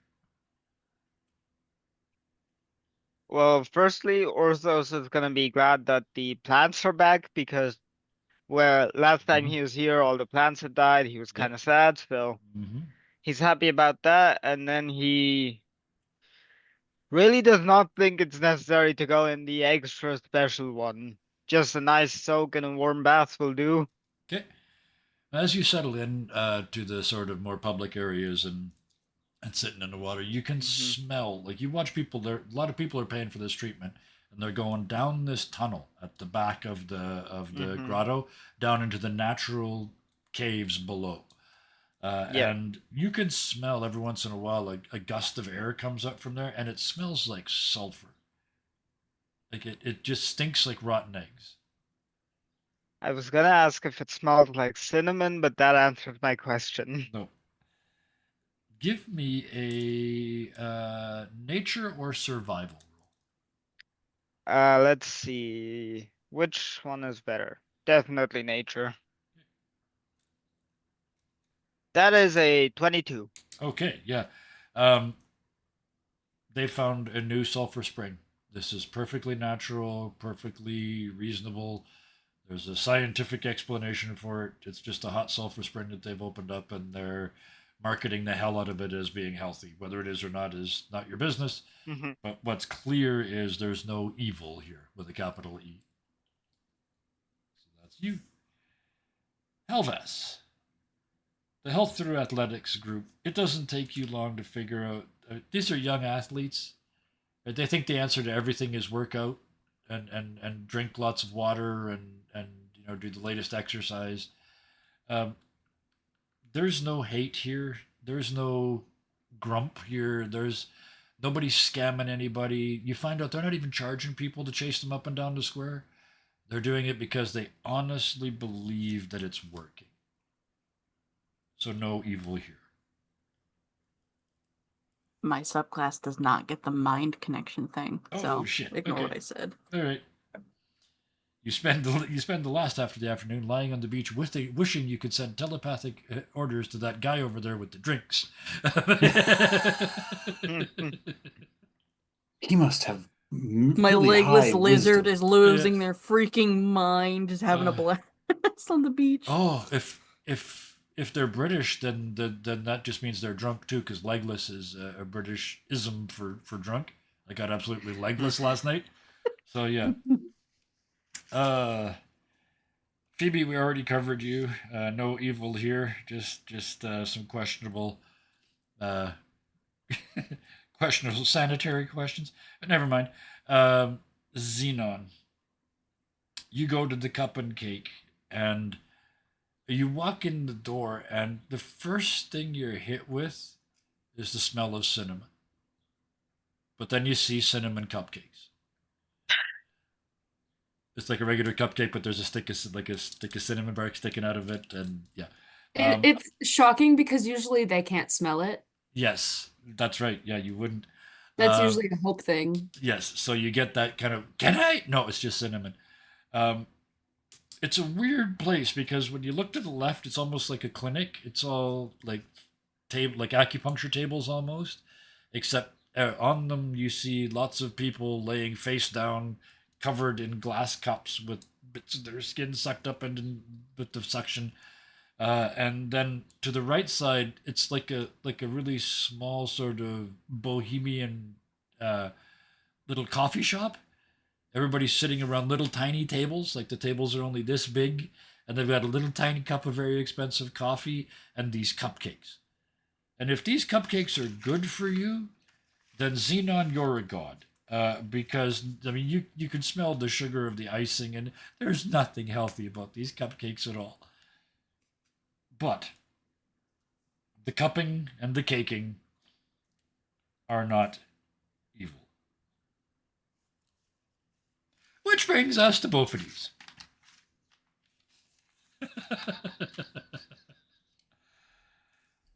I'm last, which means something bad's gonna happen. You go to the northern. Gonna get one-shotted again. Yep. Unprovoked. You go to the And the northern. hope start Yeah. around.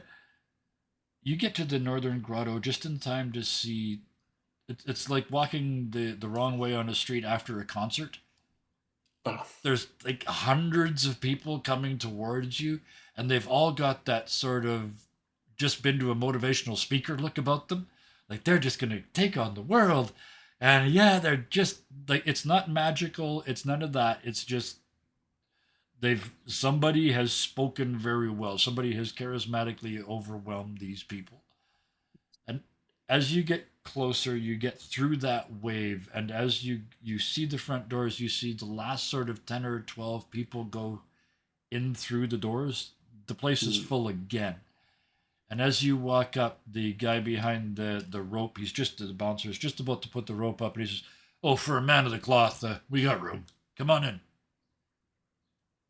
much appreciated, my friend. And then as you walk in, he clicks the velvet rope like it's a magic. He does. He did the clicky thing. He clicked it, so therefore we're closed. Mm-hmm. And you turn around, and it's almost like suction. These people ahead of you are all just draining out of the lobby into the theater, sort of feeling. Right at the start of a movie, they've started the previews, and now everybody's got their popcorn and they're heading in. It's that sort of suction that almost pulls you into the room.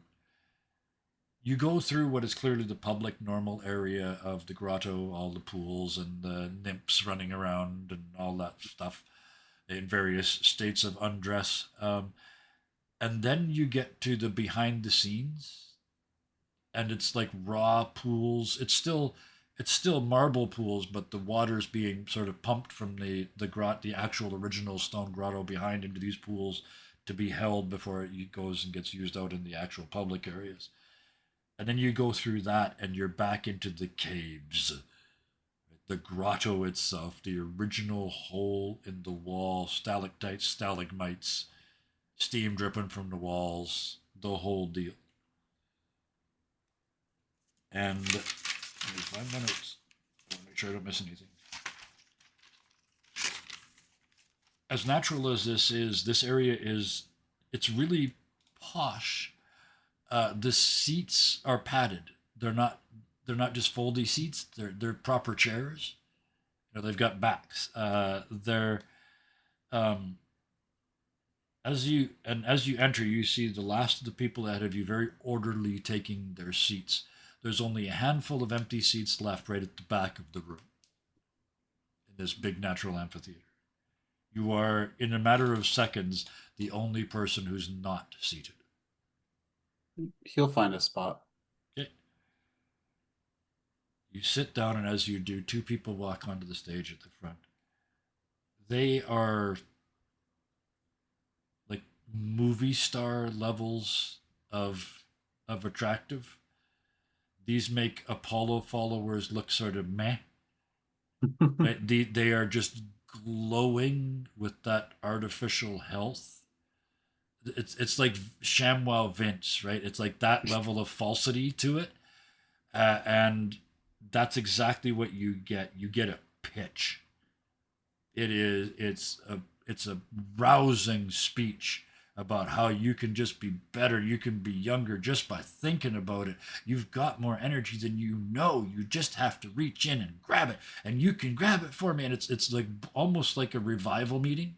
By the end, it just starts to ramp, and you I've been can to a couple of these. yeah, and you can feel you get that feeling where the charisma fills the room, like one person's, or in this case two people's charisma, this couple standing on the stage, has filled the room. It's like you're inside their head. You almost have to fight to maintain your own thoughts, and then you can't even hear the words anymore.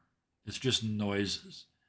And then you see them bow, and they turn to leave the stage, and there's a pop, like a wave, like an explosion, one of those shockwave things where you can see the shockwave traveling through the air, just poof, and it starts right where they were, and you've got just enough time to see it come across the crowd, and bang! Give me a Constitution save, please. Okay.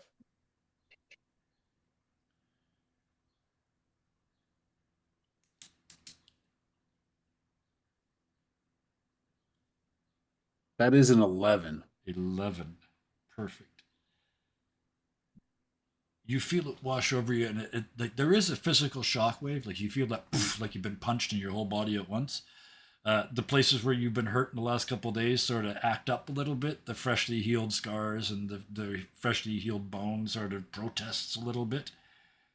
But when you look down, you see gray hairs on your arm. You see your skin is thinner, less strong. Sunspots, little blotches on your skin. You go to rub your hand over your head like that, and the hairline's further back than it was. You straighten up in surprise, your back spasms on you. You just feel exhausted for no reason. I would like you to temporarily reduce either your strength, your dex, or your con by 1. Both of these doesn't know this, but it's going to reset after a long rest. I think it would probably be. What both of these knows is he just essentially aged 10 years.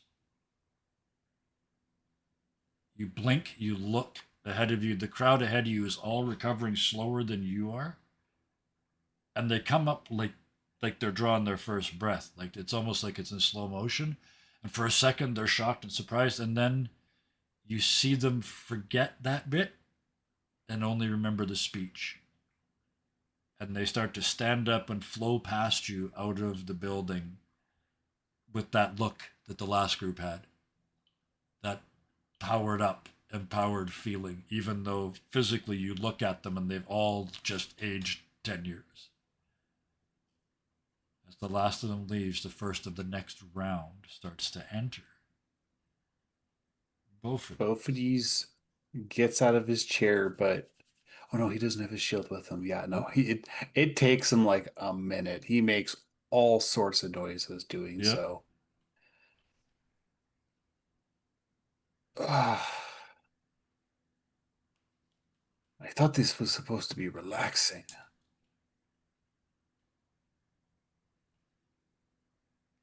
You see behind the stage a crack in the wall, and you can see steam venting out of it.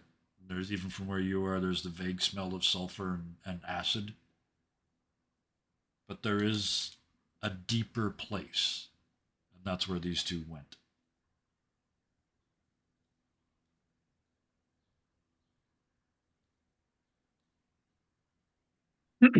His first thoughts are, I think I need to go take a nap. He hobbles his way out of the grotto. And where do you go?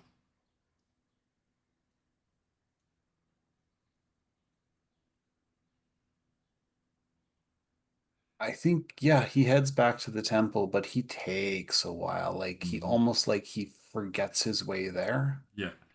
It's hit him harder than it's actually hit him. Yeah. Hmm. He's feeling older than he even is. Yeah. Yeah, So, and the fatigue is confusing him too. sure. Do the rest of you, after your days and adventures, head back to home base, basically? Yeah. Hephaestus' temple? Yeah. Okay. Yeah. Yeah. So you come in one at a time over the course of the day. I'm going to have the last one in be Bophides because I want him to be able to share his story. So the rest of you have been in. Helvas is strangely enough a stuffy with a suntan. It's a little strange. The under their hat, there's still a legless lizard still slightly drunk, singing songs that they learned in the last day. Day drinking on the beach is fun. E-I-E-I-O. I know. Halvas comes back. Yes. Under Tell their me. arms, they have bags. Oh, yes. Yep. They Yep. got a spoon with Argos etched into it. They have a Yep. little flag that has been Yep. impaled in the back of their neck Yep. because their hands are full. It doesn't hurt them. They're Mhm. stuffy. Yeah. They have a mug. They have weirdly toilet paper with Uh-huh. the name Argos printed on it. They Yeah. have a poster. Yeah. On They each sheet? have a huh? Is it Argos on each sheet of Yes. toilet paper? Yes. This is literally a Spaceballs of toilet paper, Spaceballs of cereal, but it's Marketing. Argos. Yeah. Yeah. She has a tunic or a t-shirt that says Argos on it. Yep. She has a packet of underwear that says Yep. Argos on the butt. Yep. And she has a novelty cup with a straw she brought herself Yep. to drink from. You don't know what's beautiful. in it, but she's Yeah. got something in there. So yeah, Helvas looks like they've been on a tourist outing on a cruise ship. Mhm. Xenon, Orthos, you make your way back. Phoebe, you after all of that, you make your way back there as well. As you're sort of looking at each other, do you? I'm presuming you would sort of share your experiences, like not evil, not evil, not evil, not evil, not evil. Yeah. As the last of you does that, and maybe the inevitable math clicks in, like oh shit, where's both of these? Um, you turn and look, and he walks in. He almost trips over the nothing at the door. There's no step here. It's just he opened the door and it almost tripped on the way in. His shoulders are hunched. You can see the hairline's back a little bit. It's more gray. The beard is grayer. He looks exhausted, which I don't think any of you have ever seen both of these look even vaguely weak before, right? It's usually this, right? And Yeah, it's this, yeah. And he steps in. He looks like he's wearing his he looks like he's walking like he's wearing his armor, but he isn't. Like it's because it's like he's got that much weight on him. You found them. You found him. It was supposed to be a relaxing stay. I just wanted to ease my muscles a little. I think I rested too much. You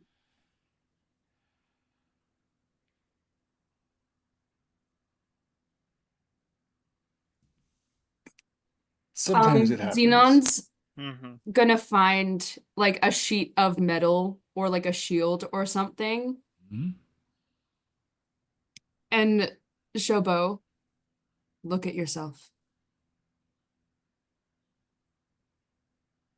You found old age. I would say it found me. Well, Yeah, Bo actually like squints a little Yeah, yeah, before. exactly.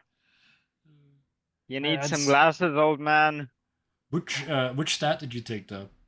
strength. Okay. Because you're a healer, man. Not a fighter. Anybody else have any comments for the aged Bophades?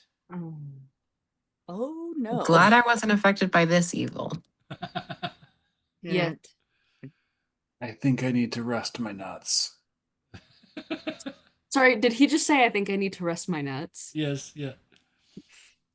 Yeah. You do that, Gramps. Bophades. Xenon's just gonna Did pat you him go on to the swinger shoulder. bathhouse too? There was a swinger bathhouse and I missed it. Where are you gonna swing, dude? Left, right, in a circle. Mhm. Sorry. He does the hokey pokey. around a beam. That's better because I went to a swingers club and I just did the helicopter because I didn't. That's what I was talking about. Didn't know what to do, so I just did the helicopter. That's what you guys do, right? This is swinging. All right. With that, and old Bo stumbling off, even though it's only, noon. Well, early afternoon because Alphas had time to get to the beach and stuff. So still early afternoon. Bophades is off for a nap. As he turns to head out the door, the storm breaks on the city. Was the storm still traveling and the Temple of Nyx got hit by lightning? From way far away. Okay. If you had gone looking for it, that lightning wasn't from the storm. That lightning was from Nyx. It just happened to be. It just happened to be. That's why I mentioned how far away from the storm it was. But the storm is here now. When you look, the clouds aren't quite here yet, but it's doing that thing where the wind's blowing the rain ahead of it. That rain hits the city and it smells like sulfur. It smells like acid. It smells like ash. It smells like everything that isn't alive. Everything toxic. Everything poisonous. You can see the clouds aren't here yet, but there's something in there. There's something inside that storm. Something huge and powerful. And it's going to be here any second. Can Mm. I use my gem of seeing to look at the storm? Yes. Go ahead and give me Just- a click. Give me a click. What does Just it out do? of curiosity. Is it basically true sight? Yes. Okay. Does it have a range? 120 feet. It's too far away. Balls. Yeah. Yeah, the storm itself is still, like I said, still outside of the city. Yeah. Just the rain's getting here. The lightning is starting to crack on the top of the city walls. Like it's testing, like it's looking for a way in. And that is where we will drop the curtain on this afternoon. Wait a minute.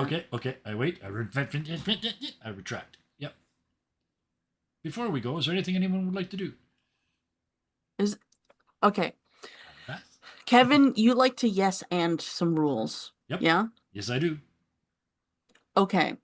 That ability I accidentally took that I'm kind of stuck with right now, and I'm Yeah. accepting that. Yeah. I can touch somebody and share their gaze. Okay. Can I reverse this so Xenon can see through me and have Hope throw me within range of the storm for them to do that? I love it. I absolutely love it. Yes. Beautiful, beautiful, For this, beautiful. yeah. Mhm.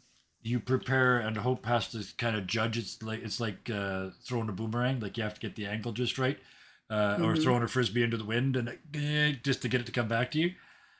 But they are the creation of a god. They're very good at three-dimensional math, and so yeah, they basically hurl you up towards the storm. You get just within that range, and you sort of click, click, click, click, click, click, and then get blown back by the storm. Xenon, looking through Halvas's eyes, you see a swirl of scales and fur and the head of a lion and the head of a dragon and the head of a something else. And that is its true form. And a Because tail. any disguise it has also can see through. And a tail and claws and in the midst of that storm, blowing towards the city of Argos, is a chimera. Mm. Yippee. That doesn't look I good for us. And as Helvas gets blown back, she uses she starts to fade and fizzle. Mhm. You guys can even see like her book and her hat and her familiar that she left behind start to fade and fizzle as she's gonna be disappearing again. Oh yes, right. So from Xenon's point of view, it gets really weird. Oh yes. Can I see where you go? For just a split second, Hellhounds, do you have any ideas where we're going to send Helvas? So I have no idea where we're gonna send Helvas because I'm not gonna be here next week. Okay. But for Xenon's point of view, like the vision starts to static, and you can see like black tendrils start to swirl around like a hurricane before it cuts, like losing connection to a camera in a tornado. Oh. Like that's his like he's super chill about it, but kind of just like I have some questions for when And when you look at Helvas's stuff, it disappears. She's The gone. gem, The the gem last- of true seeing in its place. The last thing you hear is, because I'm going to give you a sound. I know it's supposed to be only eyes only, but I'm going to give you a sound. After the vision fades and Helvas is gone, you just hear sort of an echo in your mind. Somebody says, "Mon Dieu," and then Mhm. they're gone.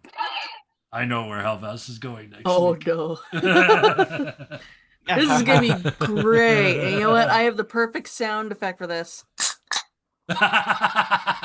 Mhm. Cheers. All right. And so that is where we will drop the curtain. I keep trying to drop the curtain. I dropped it now. It's down. It's down. It's over now. Nope. I'm not saying anything more. Oh, that's perfect. Thank you.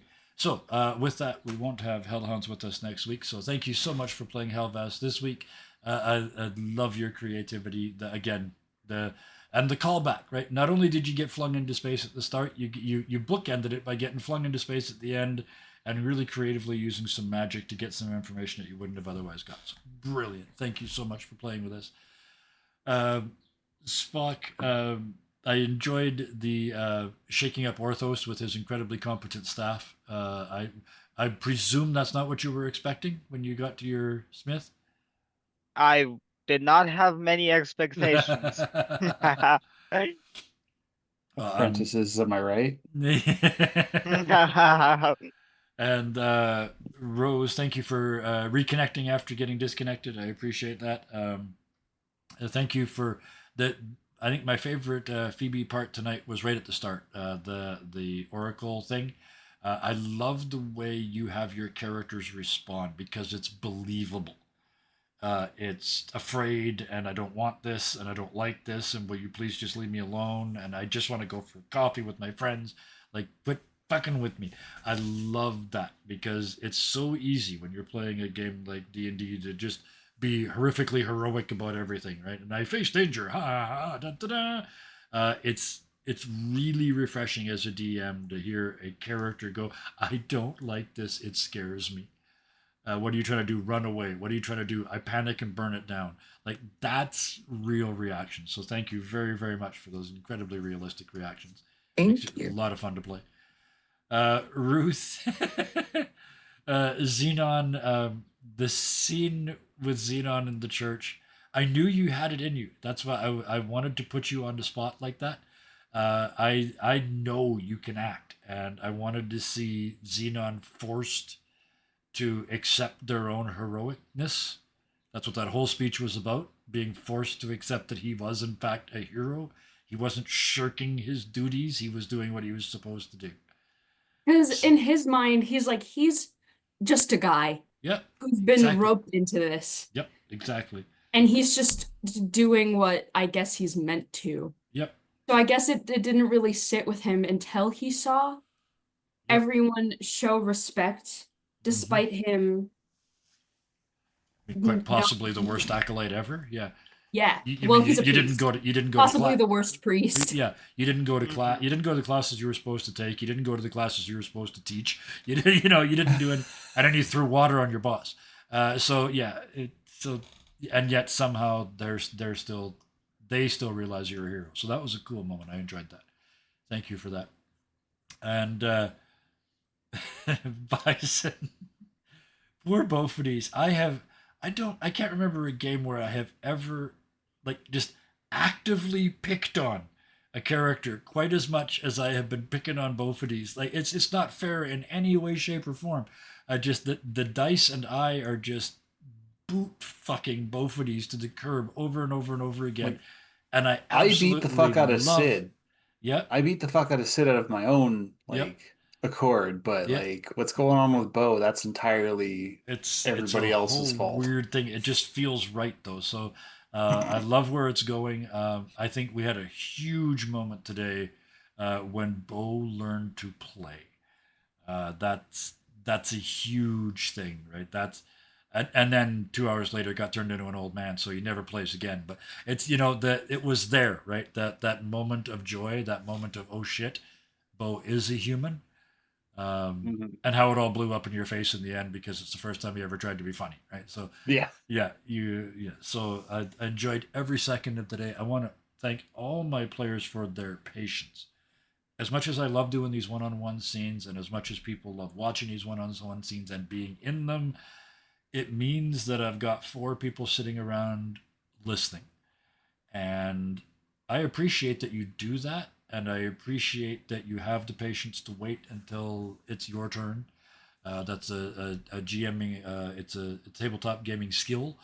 And I appreciate having you guys as an audience when you're not performing. So thank you all for that. You're all exceptionally good at it. You know when to drop that one sentence in.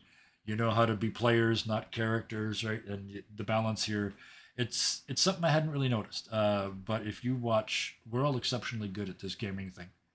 We really, really are. We do it at a peak performance level, and I'm proud of every single one of us. Even the It's ones almost peeking, like we've been at it for even the 6 ones years. peeking in the doors from the back, Mhm. because he's every bit as guilty of being good as the rest of us. But That's yes, true. it's almost like we've been doing this for almost 7 years. So with that, thank you also to the people in chat. True Shadowmancer, I see you over there. Scott, hello, hello, hello. Thank you all for watching. There's a billion things in the world you could be doing, and instead you're watching us, and I appreciate that every single time. If you're watching on the VOD, thank you. That's where we get most of our views, so thank you. And if you're watching on YouTube and you watched all the way to here, please hit the buttons. I'm going to presume you liked it if you watched 2 hours of it, so please hit the buttons at the bottom so you can find out when we do more. If you really want to see more, go to our YouTube site and find the almost 850 episodes that we have recorded there for posterity. It's all very nicely organized into playlists and easy to follow, but sit and drop in, have some fun. If you're going to binge, you might as well binge watching people you know that are loving the game. Speaking of the people, we are community first. We game, but we are a community of people first, a community that supports each other, gets behind each other, and is always there to catch each other when we fall, which is important in the big bad world that we live in. And it's a thing that so many people here do so automatically now that when I say it every week, I feel like I'm I'm preaching to the converted, but I'm going to say it anyway. Because if you've got the energy to help somebody, please do. Starting with yourself.